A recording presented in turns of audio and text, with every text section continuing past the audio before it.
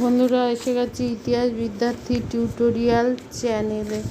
আজ আমি বঙ্গভাষা প্রকাশিকা সম্বন্ধে আলোচনা করব।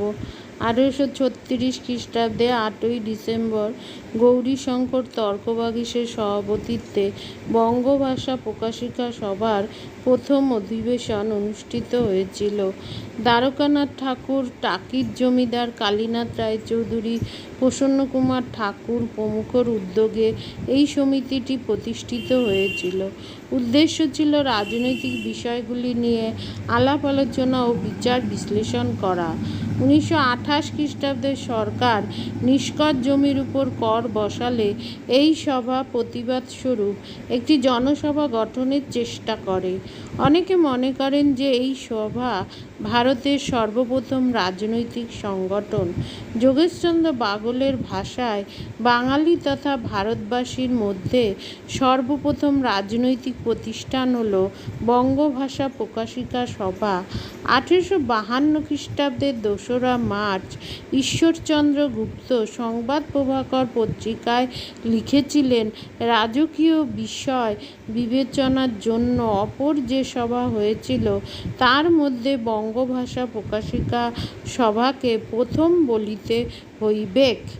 রাজনৈতিক সচেতনতার ফলস্বরূপ বঙ্গভাষা প্রকাশিকা সভার জন্ম হয়েছিল। 19বিংশ শতাব্দীতে পাশ্চাত্য শিক্ষা, নবজাগরণ, সমাজ সংস্কার আন্দোলন ও ইংরেজদের সাম্রাজ্যবাদী শাসনের ঘাত প্রতিঘাতের জন্ম নিয়েছিল রাজনৈতিক সচেতনতা। তাই তৎকালীন রাজনৈতিক বিষয়গুলি নিয়ে আলাপ আলোচনার জন্য বঙ্গভাষা প্রকাশিকা সভার জন্ম হয়েছিল।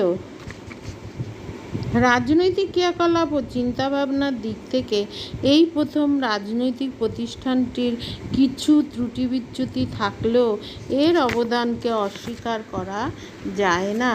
এই বঙ্গভাষা প্রকাশিকা সভার উদ্দেশ্য এই সভার বৈশিষ্ট্য হলো বুদ্ধিজীবী উদারপন্থী জমিদারদের প্রতিবাদী সভা হিসাবে এর উত্থান। এই বঙ্গভাষা প্রকাশিকা সভা কে প্রথম বলে গবেষক যোগেশচন্দ্র বাগলের বৈশিষ্ট্য প্রসঙ্গে বলেছেন, বাঙালি তথা ভারতবাসীর মধ্যে সর্বপ্রথম রাজনৈতিক প্রতিষ্ঠান হল বঙ্গভাষা প্রকাশিকা সভা। এই প্রতিষ্ঠার উদ্দেশ্য ছিল যে সরকারি শাসন ব্যবস্থার ত্রুটি সম্পর্কে আলোচনা করা, জনগণের স্বার্থ রক্ষার জন্য সরকারের কাছে আবেদনপত্র পেশ করা। বঙ্গভাষা প্রকাশিকা সভার কার্যাবলী। এই সভা পাশ্চাত্য শিক্ষা প্রসারের উদ্যোগ গ্রহণ করেছিল। ব্রিটিশ সরকার নিষ্কর ভূমির উপর কর আদায় করলে তার বিরুদ্ধে এই সভা জনসভা আহ্বান করে। বঙ্গভাষা প্রকাশিকা সভা বেশি দিন স্থায়ী হয়নি, তাই সবশেষে বলা যায়।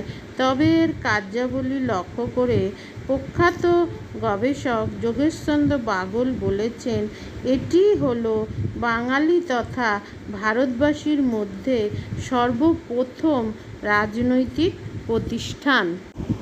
এই সভা ইংল্যান্ডের অনুকরণে প্রথম যুগে রাজনৈতিক সংগঠন হিসাবে গড়ে উঠেছিল। এই সভার সদস্যরা গোচারণ বা পতিত জমিতে সরকারের কর বসানোর বিরোধিতা করেন। আগেই বলা হয়েছে, এই সভার রাজনৈতিক লক্ষ্য বিশেষ উল্লেখযোগ্য। স্বাধীনতা, সমতার আদর্শকে তারা সম্মান করতেন। তারা বিশ্বাস করতেন পাশ্চাত্য শিক্ষা ভারতের উন্নতি সাধন করবে।